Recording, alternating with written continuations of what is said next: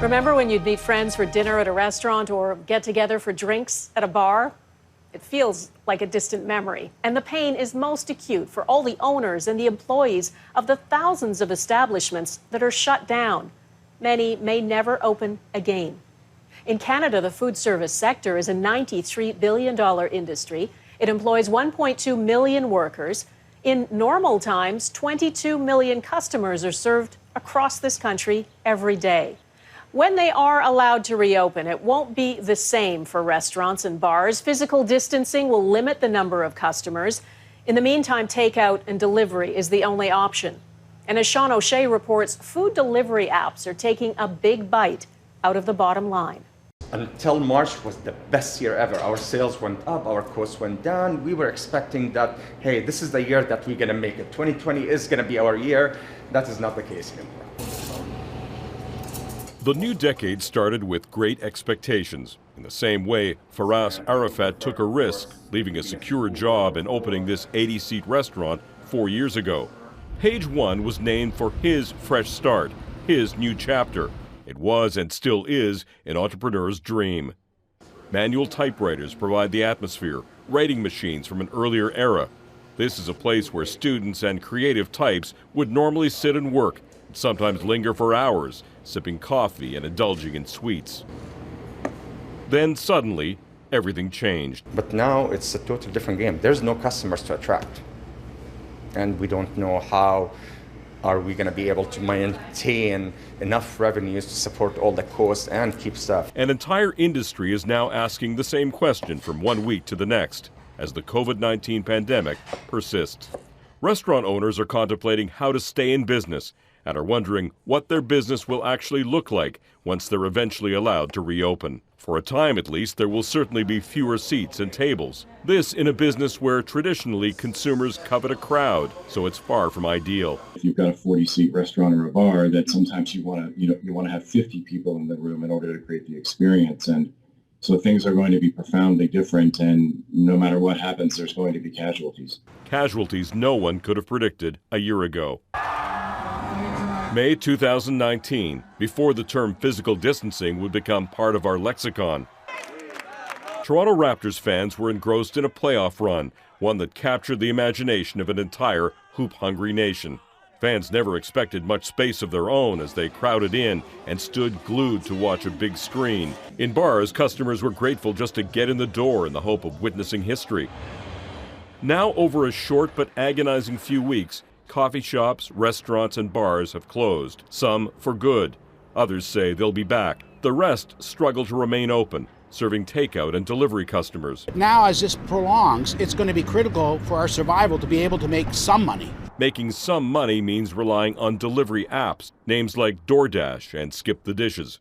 You've done it by ordering from local restaurants in their time of need.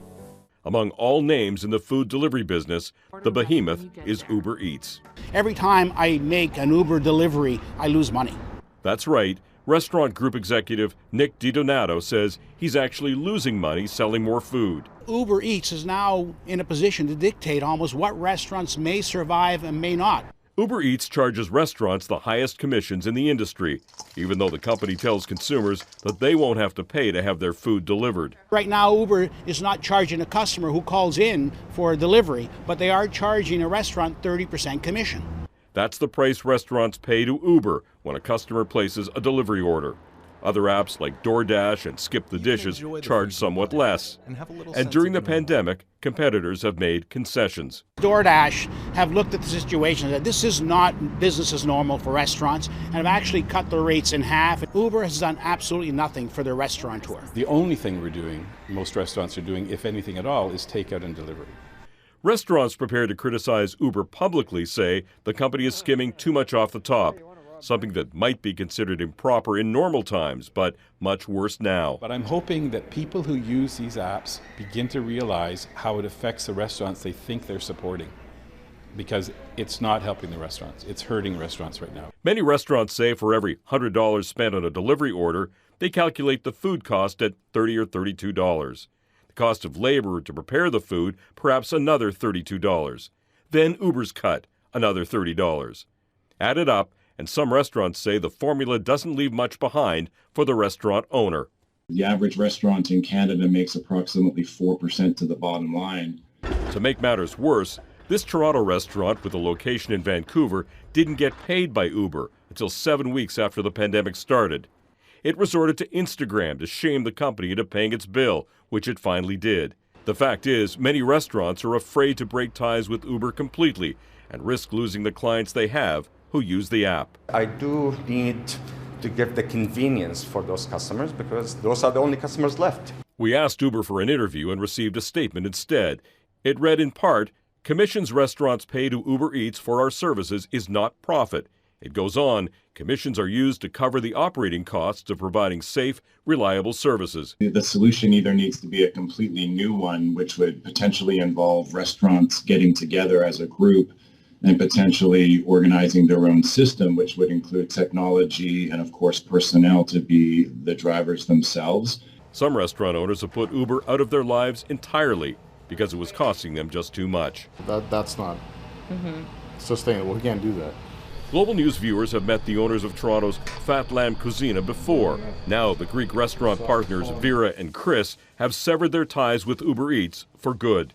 And we haven't been happier. Vera and Chris have redesigned how they serve takeout and delivery as a result. Now the restaurant insists on getting an order a day in advance to prepare meals mostly for larger groups who want family-style fare. And when the meals are cooked and ready, Chris and Vera deliver the food themselves, at least for now. The result, satisfied customers, plus they're keeping more money in the process, which is key for restaurant owners who are about to lose more than half of their capacity because of health rules. We expect that we will kill at least 60% of the tables, remove them, and the seats. That's why a motivated Faraz Arafat will do whatever he can to eke out survival in the post-pandemic food world. And if that means you want your coffee and pastry delivered directly, that's no problem. But don't use that third-party app. Message us or text us. We are happy to go and deliver for them or get the order ready. That will save us a lot on the fees that we have to pay.